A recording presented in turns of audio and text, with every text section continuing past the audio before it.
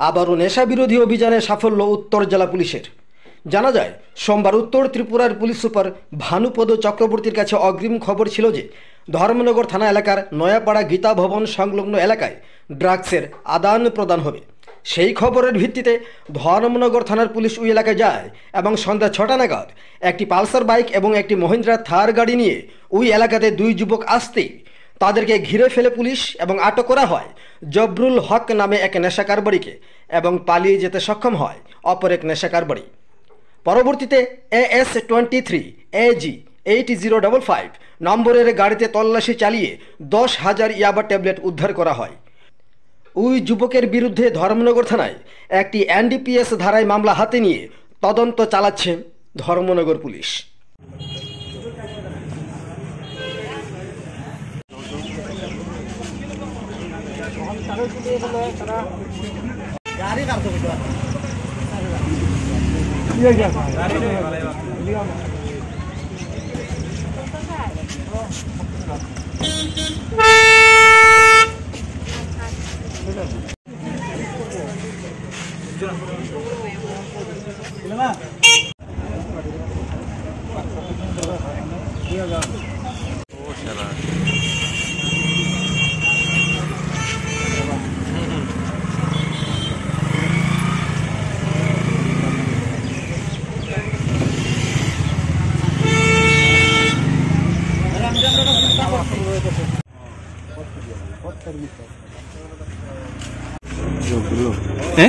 সুন্দর করে কও না কইতে কই লইয়া যাইতে আসলা গাড়িটা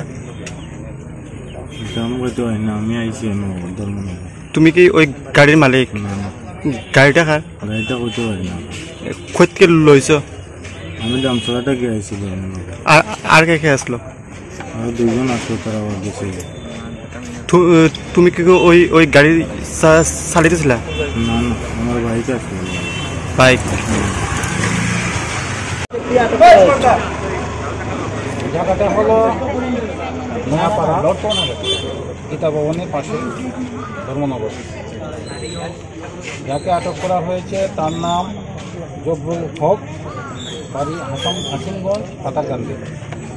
যে মালগুলি সে ধরে আছে সেই মালগুলি হলো ইয়াবা ট্যাবলেট, টোটাল 10,000 ইয়াবা ট্যাবলেট পাওয়া গেছে, একটা থোর গাড়ি এবং একটা পালসার বাইক সিজ করা হয়েছে। ধর্মনগর থানা থেকে NDPS কেস রেজিস্ট্রেশন করা হয়েছে। কতটা মাল দেওয়া হয়েছে? 10,000 ইয়াবা ট্যাবলেট। কালো বাজার মূল্য কোথায়? কালো বাজার মূল্য প্রায় 50 টাকা। একজন পালিয়ে যায় এবং গাড়ি দুটো। কদমতলা থেকে ভানুচন্দ্রের রিপোর্ট, ত্রিপুরা পাইওনিয়ার।